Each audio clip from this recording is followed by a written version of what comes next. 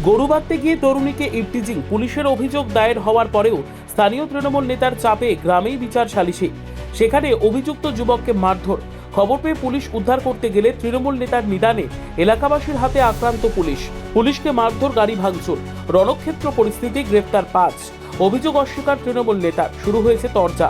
মালদা জেলার হরিশ্চন্দ্রপুর থানার সুলতাননগর গ্রাম পঞ্চায়েতের ডাটিয়ন গ্রামের এই ঘটনায় ব্যাপক চাঞ্চল্য। ওই গ্রামের এক তরুণী মাঠে গরু বাঁধতে গেছিল। অভিযোগ, সেই সময় স্থানীয় এক যুবক কাগজে লিখে তাকে ফোন নম্বর দিতে যায়। নিতে অস্বীকার করলে অশ্লীল ব্যবহার করে। তরুণী পরিবারকে জানানোর পর হরিশ্চন্দ্রপুর থানায় অভিযোগ দায়ের হয়। অভিযুক্তকে ধরতে গেলে পুলিশ জানতে পারে ইভটিজিংয়ের ঘটনা নিয়ে গ্রামে সালিশি সভা বসিয়েছে স্থানীয় তৃণমূল নেতা জিয়াউল হক। সেখানে অভিযুক্ত যুবককে মারধর করা হচ্ছিল।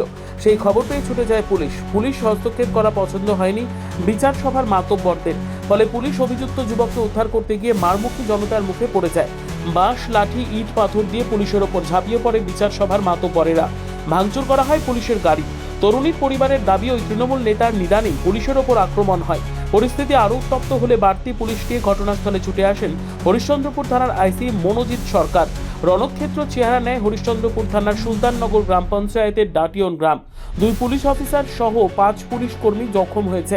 তাদেরকে হরিশ্চন্দ্রপুর গ্রামীণ হাসপাতালে ভর্তি করা হয়েছে। পাশাপাশি হরিশ্চন্দ্রপুর থানার আইসি মনোজিৎ সরকারকেও হেনস্থা হতে হয়। জখম হয়েছে বেশ কয়েকজন স্থানীয় গ্রামবাসী। এই ঘটনায় 5 জনকে গ্রেপ্তার করেছে পুলিশ। অভিযুক্ত যুবককে উদ্ধার করে তাকে গ্রেপ্তার করেছে পুলিশ।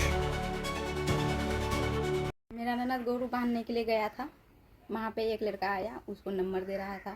वो बोला कि हम नंबर नहीं लेंगे, वो बोला कि नंबर लेना ही पड़ेगा। तो वो नंबर फेंक के आ गया। नंबर फेंक के आ गया तो उसका पीछा करने लगा। तो देखा तो आकर के घर में बोला, तो गया यहाँ से लड़का ठगू पकड़ा। तो उसका कौन पकड़ा जाके?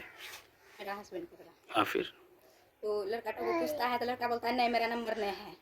लड़का को सिम लॉक कर दिया। जब मोबाइल चेक किया तो लड़का का नंबर निकला। उसका बाद तब जा करके यहाँ पे लेके आया तो बोला विचार होगा। तो विचार में आदमी सबको बुलाया, कंप्लेन किए थे। अच्छा। उसका बाद पुलिस आया तो विचार नहीं होने दिया और पुलिस उसको ले जाने तब तक क्या विचार चल रहा था? विचार चल रहा था और पुलिस आया तो पुलिस विचार नहीं होने दिया। विचार कौन बैठाया था? वही विचार बैठाया। कौन? वही जियाउल काकू बोला विचार बैठाते हैं। जियाउल के टीएमसी नेता है क्या? हाँ, टीएमसी नेता है। हाँ, फिर वो क्या बोला फिर आप लोग को? तो विचार बैठाया तो विचार नहीं होने दिया। उसके कहने पर आप लोग विचार में बैठे आप लोग? विचार बैठाए हैं तो लेकिन होने नहीं दिया। तो कौन होने नहीं दिया? पुलिस नहीं होने दिया? पुलिस नहीं होने दिया। अच्छा। फिर तो पुलिस लेके जाने लगा। लड़का ठुको लेके चला गया तो बोला वो नेता सब बोला कि पुलिस का गाड़ी पकड़ो। ও নেতা লোকই বলা পুলিশ কা গাড়ি পকড়ো? हाँ, কোন নেতা বলা था? কথা বলছি, পরিবারের লোক অভিযোগ করছে তো? একদম মিথ্যা কথা বলছি সরাসরি। যদি আমি এই কথা বলে থাকতাম তাহলে আমি পুলিশের সহযোগিতা করতাম না কাউকে। তো পরিবারের লোক যেটা অভিযোগ করছে যে আগে বিচার হবে, তারপরে পুলিশ উঠিয়ে নিয়ে যেতে হবে, এমনটাই জানিয়েছিলেন আপনি। আর আপনি নাকি বলেছিলেন গ্রামবাসীদেরকে যে পুলিশের গাড়িকে ধরতে। সরাসরি মিথ্যা কথা বলছি এগুলো, একদম সরাসরি মিথ্যা কথা বলছি। যদি আমি বলতাম তাহলে পুলিশের আমি হেল্প করতাম না। ওখানে আমরা না থাকলে আলাদা রকম হতো জিনিস। বিচার সালিসি তো আপনি বসিয়েছিলেন। না না না, মিথ্যা কথা কিন্তু বলছি। পরিবারের লোক বলছে, গ্রামবাসী বলছে যে আপনি বিচার বসিয়েছিলেন। ওরা বলতে পারে কিন্তু বিচার বসেনি। হ্যাঁ, উদ্যোগটা নিয়েছিল কি একটা নিয়ম করে দেবো, সেটাই হলো কথা।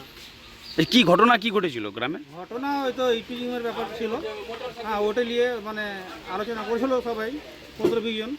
তো ওটা করে দেওয়া যাবে। তো কি করে দেওয়া যাবে?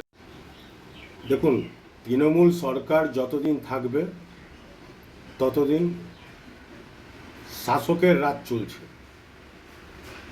সবথেকে বড় কথা হচ্ছে বিডিও এরা, তৃণমূলের নেতারা, এসপিও এরা, আইসিও এরা, জেলা শাসকও এরা। এদের কাছে আইন বলে কোনো কিছু নেই। না এরা আদালতকে মানছে, না পুলিশ প্রশাসনকে মানছে, না বিডিও প্রশাসনকে মানছে, না বিএলআরও সাহেবদেরকে মানছে, কাউকে মানছে না।